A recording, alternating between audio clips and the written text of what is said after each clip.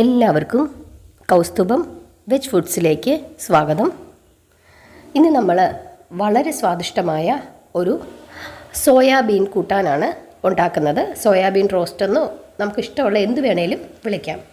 അതിലേക്ക് കുറച്ച് സവാള ഞാൻ ചെറുതായിട്ട് അരിഞ്ഞ് വെച്ചിട്ടുണ്ട്, കറിവേപ്പില ഇട്ടിട്ടുണ്ട്, 1-2 വെളുത്തുള്ളി ഇട്ടിട്ടുണ്ട്, ഇഞ്ചി ചെറുതായിട്ട് കൊത്തി അരിഞ്ഞത് ഇട്ടിട്ടുണ്ട്. അതിനുശേഷം അതിലേക്ക് ഒരു തക്കാളി ചേർത്തിട്ടുണ്ട്. ഇനി അതിലേക്ക് പച്ചമുളക് ചേർക്കണം. 2-3 പച്ചമുളക് നമ്മൾ നീളത്തിൽ കീറി ചേർത്താൽ മതി. അതിനുശേഷം അതിലേക്ക് കുറച്ച് മഞ്ഞൾപ്പൊടി ചേർക്കണം.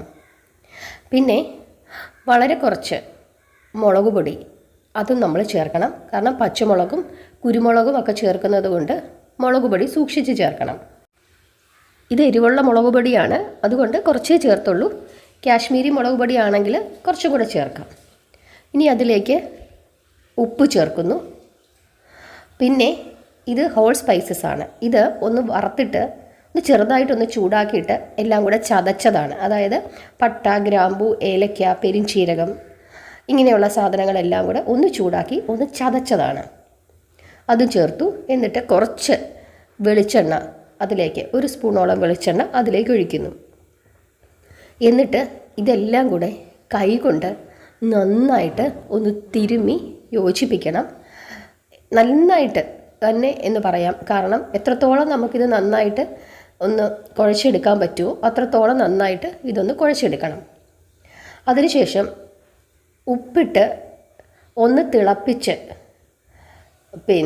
നന്നായിട്ട് പിഴിഞ്ഞ് വെച്ചിരുന്ന സോയാബീൻ അത് 2ആയിട്ട് മുറിച്ചിട്ടുണ്ട്.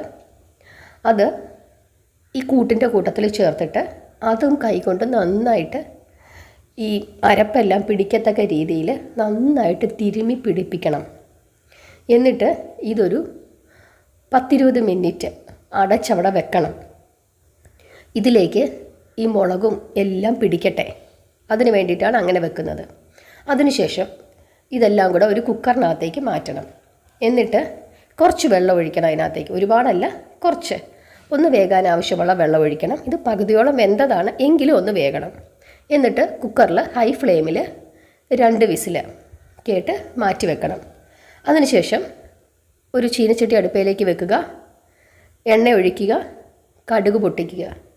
കടുക് നന്നായിട്ട് പൊട്ടി വരുമ്പോൾ അതിനകത്തേക്ക് വറ്റൽമുളക് ചേർക്കാം. കറിവേപ്പില വേണമെങ്കിൽ ചേർക്കാം, കാരണം നമ്മൾ നേരത്തെ കറിവേപ്പില ചേർത്തിട്ടുണ്ട്, അതുകൊണ്ട് ഇപ്പോൾ ചേർത്തില്ല എന്നുള്ളതേ ഉള്ളൂ. എന്നിട്ട് ആ ചൂടെണ്ണയിലേക്ക് തീ കുറച്ച് വെച്ചിട്ട് കുറച്ച് കുരുമുളക് പൊടി അത് ചേർക്കണം. നമ്മൾ ഇതുവരെ മല്ലിപ്പൊടി ചേർത്തിട്ടില്ല. ഈ ചൂടെണ്ണയിലേക്ക് വേണം മല്ലിപ്പൊടിയും ചേർക്കാൻ, 1 സ്പൂണ്. അതും ചേർത്തിട്ട് തീ കുറച്ച് വെക്കണം, കരിയരുത്. എന്നിട്ട് നമ്മൾ വേവിച്ച് വെച്ചിരുന്ന ഈ സോയാബീന് അതിനകത്തേക്ക് ചേർക്കണം. കുറച്ച് വെള്ളമൊക്കെ കാണും. എന്നിട്ട് ഇത് നന്നായിട്ട് ഒന്ന് വരട്ടിയെടുക്കണം. നമുക്ക് എത്ര ചാറ് വേണോ അതനുസരിച്ചിട്ട് നമ്മുടെ കൂട്ടാനെ ക്രമപ്പെടുത്തുക. നന്നായിട്ട് വരട്ടി വേണമെങ്കിൽ നന്നായിട്ട് വരട്ടിയെടുക്കാം. നിങ്ങൾക്ക് വേണമെങ്കിൽ തേങ്ങാക്കൊത്ത് ചേർക്കാം, അത് വളരെ നല്ലതാണ്. ഇപ്പോൾ ഈ കടുക് വറക്കുന്ന കൂട്ടത്തിൽ തേങ്ങാക്കൊത്തും കൂടെ ചേർത്താൽ മതി.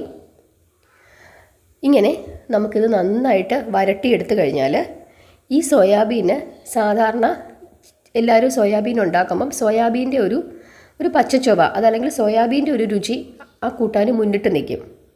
ഇങ്ങനെ വെക്കുമ്പോൾ ആ സോയാബീന് നന്നായിട്ട് ഉപ്പും മുളകും പുളിയും ഒക്കെ പിടിച്ച് സോയാബീൻ ആണെന്ന് പറയില്ല, അത്രത്തോളം രുചിയുള്ള ഒരു സോയാബീൻ കൂട്ടാനായിരിക്കും നിങ്ങൾക്ക് കിട്ടുന്നത്. ചാറൊക്കെ നിങ്ങളുടെ ഇഷ്ടത്തിന് ക്രമപ്പെടുത്തുക. ഇതിൻ്റെ ചെറിയ ചാറൊക്കെ നല്ല രുചിയാണ് ചപ്പാത്തിയൊക്കെ കൂട്ടി കഴിക്കാനായിട്ട്.